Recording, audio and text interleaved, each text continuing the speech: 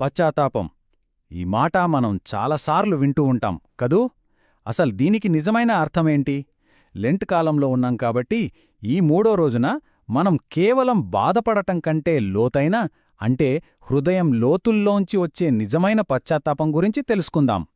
సరే, విచారం, పశ్చాత్తాపం వినడానికి రెండూ దగ్గరగా ఒకేలా అనిపిస్తాయి కదా. కాని అసలు విషయమేంటంటే అవి రెండూ ఒకటేనా? మనం చేసిన తప్పులకి స్పందించే ఈ రెండు పద్ధతుల మధ్య ఉన్న తేడా ఏంటో అర్థం చేసుకోవడం చాలా చాలా ముఖ్యం. ఈ తేడాను బాగా అర్థం చేసుకోవాలంటే మనందరికీ తెలిసిన ఒక కథ ఉంది. అదే యూదా కథ. అతను యేసును అప్పగించినందుకు ఎంతగానో బాధపడ్డాడు, దుఃఖపడ్డాడు. కాని అతని దుఃఖం ఎందుకు సరైన ఫలితాన్నివ్వలేదు? అదే ఇప్పుడు చూద్దాం. చూడండి, ఈ స్లైడ్లో ఆ తేడా మనకు చాలా స్పష్టంగా కనిపిస్తోంది. యూదాకి తన తప్పు తెలిసింది. కాని అతను ఎక్కడికి వెళ్లాడు? యేసు దగ్గరికి వెళ్లాడా? లేదు. తనతో కుట్ర పన్నిన వాళ్ల దగ్గరకే మళ్ళీ వెళ్లాడు. అసలైన పాయింట్ ఇక్కడే ఉంది. మనం పడే బాధ, మన దుఃఖం మనల్ని దేవునివైపు నడిపిస్తుందా, లేదా ఆయనకు ఇంకా దూరం చేస్తుందా అన్నదే అసలైన ప్రశ్న. యూదా చేసిన అతి పెద్ద తప్పేంటో తెలుసా? అతను యేసుతో 3.5 సంవత్సరాలున్నాడు. ఆయన చేసిన అద్భుతాలన్నీ చూశాడు.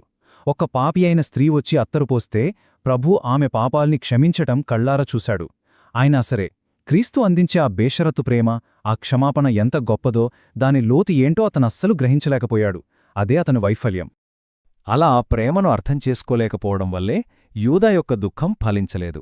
చివరికి అది ఎక్కడికి దారితీసిందంటే నిరాశ అనే ఒక పెద్ద పాపానికి. ఇది మామూలు బాధపడటం కంటే చాలా చాలా లోతైనది. ఇక్కడ నిరాశ అంటే మనం అనుకునేలాగా అయ్యో ఏదో బాధలో ఉన్నాను అని కాదు. ఇది ఒక ఆధ్యాత్మికమైన పొరపాటు. అంటే నేను చేసిన పాపం ఎంత పెద్దదంటే దేవుడు కూడా నన్ను క్షమించలేడు అని నమ్మడం.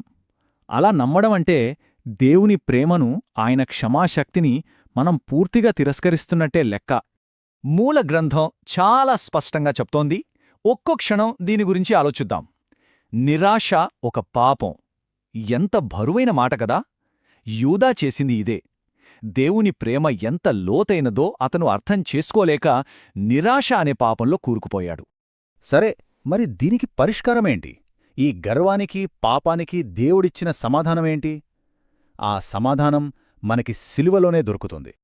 ఈ ప్రక్రియను మనం అర్థం చేసుకుందాం. చూడండి, మొదటిది మన గర్వమే యేసును ఆ సిలువకు కొట్టింది. రెండవది మన కోసం ఆయన నేలమీద పడుకోబెట్టబడ్డాడు. ఇక మూడవది ఆయన చేసిన ఆ గొప్ప త్యాగంలో మన అహంకారం, మన గర్వం మొత్తం నలిగిపోయింది. కాబట్టి మనం ఒకటి గుర్తుపెట్టుకోవాలి. నిజమైన ఆరాధన అంటే కేవలం మనం చేసే పూజలు, ఆచారాలు కాదు. దేవుడు మన నుంచి ఎక్కువగా కోరుకునేదేంటంటే సిలువ మీద మనకోసం ఏం జరిగిందో ఆ పనిని మనం పూర్తిగా అర్థం చేసుకోవడమే. ఈ పశ్చాత్తాపం అనే ప్రయాణాన్ని ఇంకా బాగా అర్థం చేసుకోవడానికి మూల గ్రంథం ఒక అద్భుతమైన కథను మన ముందుంచుతుంది. జాన్ బన్యన్ రాసిన యాత్రికుని ప్రయాణం అనే ఒక గొప్ప పుస్తకముంది. చాలామంది దీన్ని బైబిల్ తర్వాత అంతటి ముఖ్యమైన క్రైస్తవ పుస్తకంగా భావిస్తారు. ఈ కథ పశ్చాత్తాపం అనే ప్రయాణానికి ఒక చక్కటి ఉదాహరణ అన్నమాట. ఈ కథలో ఒక యాత్రికుడుంటాడు. అతను తన వీపు మీద ఒక పెద్ద బరువుని మోస్తూ ఉంటాడు. అదేంటంటే తన పాపాల భారం. ఆ భారంతోనే ఎంతో కష్టమైన, సుదీర్ఘమైన ప్రయాణం చేస్తాడు. చివరికి అతను ఎప్పుడైతే ఆ శిలువ పాదాల దగ్గరికి చేరుకుంటాడో అప్పుడు ఆ భారం తన వీపు మీదనుంచి దొర్లి కింద పడిపోతుంది. అప్పుడు అతనికి నిజమైన స్వేచ్ఛ దొరుకుతుంది. సరే, ఇప్పుడు మనం చివరగా ఒక ప్రశ్న వేసుకుందాం. ఈరోజు మనం చూస్తున్న ఈ శిలువ మన గర్వాన్ని ఎలా సవాలు చేస్తుంది? ఈ లెంట్ కాలంలో అది మనల్ని నిజమైన, హృదయపూర్వకమైన పశ్చాత్తాపం వైపు ఎలా నడిపిస్తుంది? ఒక్కసారి ఆలోచించండి. అందరికీ స్వాగతం. ఈరోజు మనం యేసు దేవాలయాన్ని శుభ్రపరచడం వెనుక ఉన్న లోతైన అర్థాన్ని తెలుసుకోబోతున్నాము. ముఖ్యంగా ఈ లెంట్ కాలంలో ఈ సంఘటన మన విశ్వాసానికి ఏం నేర్పిస్తుందో ఒకసారి చూద్దాం. ఈ మాటలతోనే మొదలు పెడదాం. యేసు పలికిన ఈ మాటలు చాలా శక్తివంతమైనవి. ఒక్క క్షణం ఆలోచిద్దాం. ఆయన కోపం వెనుకున్న కారణమేంటి? ఆయన ఆవేదనలో అసలు అర్థమేంటి? సరే, ఈ టాపిక్ను మనం స్టెప్ బై స్టెప్ అర్థం చేసుకుందాం. ముందుగా దేవాలయం అసలు ఎలా ఉండాలో చూసి అది ఎలా దారి తప్పిందో తెలుసుకుందాం. ఆ తర్వాత క్రీస్తు తీసుకున్న యాక్షన్, దాని రిజల్ట్, ఇంకా ఫైనల్గా ఇదంతా మనకెలా వర్తిస్తుందో చర్చిద్దాం. సో ఫస్ట్ పాయింట్లోకి వద్దాం. అసలు దేవాలయం యొక్క అసలైన ఉద్దేశ్యం ఏంటి? అది దేనికోసం కట్టబడింది? ఈ ప్రశ్నకు సమాధానం వెతుకుదాం. చూడండి, దేవాలయం యొక్క ప్రాథమిక ఉద్దేశ్యమేంటంటే దేవునితో డైరెక్ట్ కనెక్షన్ అన్నమాట. అదొక ఆధ్యాత్మిక సాంత్వన, స్వస్థత పొందే ప్రదేశం. కేవలం పూజలు, కర్మకాండలు చేసే చోటు కాదు, దేవుని సన్నిధిని అనుభవించే ఒక పవిత్ర స్థలం. కాని యేసు దేవాలయంలోకి వెళ్ళినప్పుడు అక్కడ ఆయన చూసింది పూర్తిగా వేరు. ఆ పవిత్ర స్థలం ఒక దొంగల గుహగా ఎలా మారిపోయిందో ఆ సమస్య మూలాల్లోకి ఇప్పుడు వెళ్దాం.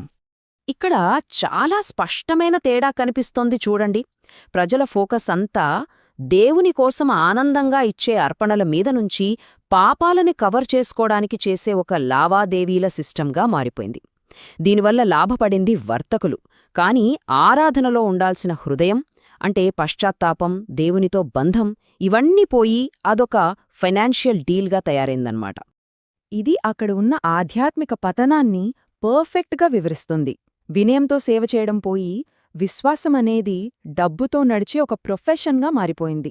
పాత నిబంధనలో బిలాము అనే ప్రవక్త తన ఆధ్యాత్మిక వరాలను డబ్బుకోసం, పేరుకోసం ఎలా వాడుకున్నాడో ఇక్కడ కూడా విశ్వాసం ఒక బిలాము మతంగా తయారైంది. డబ్బే స్టాండర్డ్ అయిపోయింది.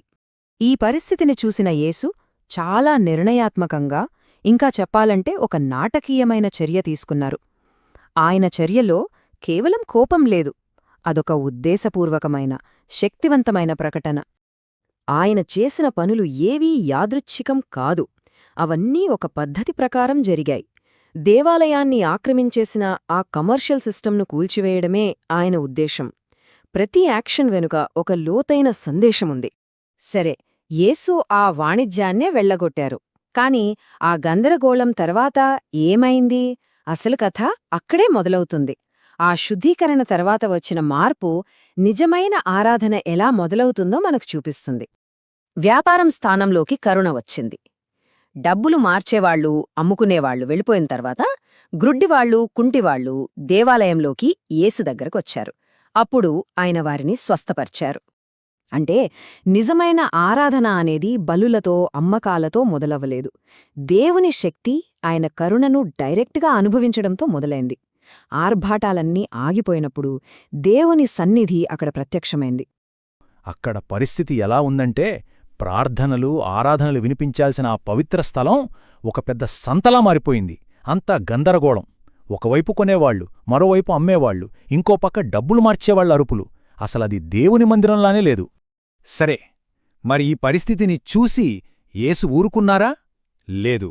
ఆయన ఆ వాణిజ్యాన్ని, ఆ వ్యాపారాన్ని సూటిగా ఎదుర్కొన్నారు. ఆలయానికి దాని అసలైన పవిత్రతను తిరిగి ఇవ్వడానికి ఆయన ఒక నిర్ణయాత్మకమైన చర్య తీసుకున్నారు. అదేంటంటే, చూడండి, ఇది ఏదో ఆవేశంలో చేసిన పని కాదు, చాలా పద్ధతిగా, ఉద్దేశపూర్వకంగా జరిగింది. ముందుగా ఆలయ ప్రాంగణంలోకి వెళ్లారు. తర్వాత అక్కడ కొంటున్న, అమ్ముతున్న వాళ్లందరినీ బయటకు తరిమేశారు. ఆ తర్వాత రూకలు మార్చేవాళ్ల బల్లల్ని, గువ్వలమ్మేవాళ్ల పీఠాల్ని అన్నింటినీ పడగొట్టేశారు. ప్రతి చర్యలో ఒక స్పష్టమైన సందేశం ఉంది. ఆలయాన్ని అలా శుద్ధి చేసిన వెంటనే అక్కడ వాతావరణం మొత్తం మారిపోయింది. ఒక అద్భుతం జరిగింది. ఆ మందిరం యొక్క అసలైన ఉద్దేశ్యం, అంటే స్వస్థపరచడం, ఓదార్పునివ్వడం, అది మళ్ళీ మొదలైంది. అవును, ఆ వ్యాపారమంతా పోయి ఆ స్థలం శుభ్రపడగానే అక్కడికి ఎవరొచ్చారో తెలుసా? గ్రుడ్డివారు, కుంటివారు, వాళ్లంతా యేసు దగ్గరికి వచ్చారు. మరి ఆయనేం చేశారు? వాళ్ళని స్వస్థపరిచారు. చూడండి, ఫోకస్ మొత్తం డబ్బుల మీద నుంచి దైవిక కరుణ వైపు ఎలా మారిపోయిందో. అంతేకాదు, ఆ మార్పు కేవలం దృశ్యంలోనే కాదు, శబ్దంలో కూడా వచ్చింది. అంతకుముందున్న ఆ సంత గొడవ స్థానంలో ఇప్పుడు పసిపిల్లల గొంతులు వినిపిస్తున్నాయి.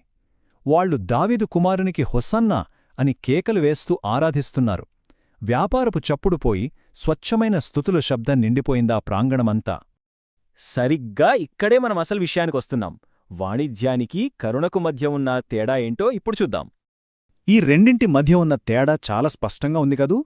ఒకవైపు దొంగల గుహ, అక్కడ కొనడం, అమ్మడం, డబ్బులు మార్చటం అంతా లాభం గురించి ఆలోచన. మరోవైపు ప్రార్థనా మందిరం. ఇక్కడ గ్రుడ్డివారిని, కుంటివారిని స్వస్థపరచడం, పిల్లల స్తుతులు అంతా పునరుద్ధరణ గురించే. ఎంత తేడా! మరి ఈ సంఘటన మనందరినీ ఒక ముఖ్యమైన ప్రశ్న అడిగేలా చేస్తుంది. అదేంటంటే, ఒక విశ్వాస సమాజానికి, అంటే ఒక సంఘానికి అసలైన కొలమానం ఏంటి? దేన్ని బట్టి దాని విలువను మనం అంచనా వెయ్యాలి? దానికి సమాధానం చాలా స్పష్టంగా ఉంది. ఒక సంఘం యొక్క నిజమైన కొలమానం దాని దగ్గర ఎంత డబ్బు ఉంది, ఎంత ఆస్తి ఉంది అనేది కాదు. దానిలో ఉన్న విశ్వాసమే దేవుని దృష్టిలో అసలైన కొలమానం. ఫైనాన్షియల్ వెల్త్ కాదు, ఫెయిత్. అవును, సంఘం యొక్క అసలైన సంపద దాని బ్యాంక్ బ్యాలెన్స్లోనో, బ్యాలెన్స్ షీట్లోనో కనిపించదు. అది అంతకు మించినది. మరి ఆ నిజమైన విలువ ఏంటో లేఖనమింకా స్పష్టంగా వివరిస్తుంది. ఒకవేళ సంఘంలో ఇచ్చే సందేశమంతా కేవలం డబ్బులు, ఆశీర్వాదాలు, అప్పులు ఎలా తీర్చాలి, కుటుంబ సమస్యలు ఇలాంటి వాటి చుట్టూనే తిరుగుతుంటే అది నిర్జీవమైన సందేశం కిందకే వస్తుంది. ఎందుకంటే విశ్వాసం యొక్క అసలు ఉద్దేశం ఇలాంటి తాత్కాలిక, భౌతిక సమస్యల కంటే చాలా పెద్దది. మరి ఆర్థిక లాభం కాదు, తాత్కాలిక సమస్యలు కాదు. అలాంటప్పుడు సంఘం యొక్క అంతిమ లక్ష్యమేంటి? అసలు గోలేంటి? సింపుల్గా చెప్పాలంటే దేవుని రాజ్యం.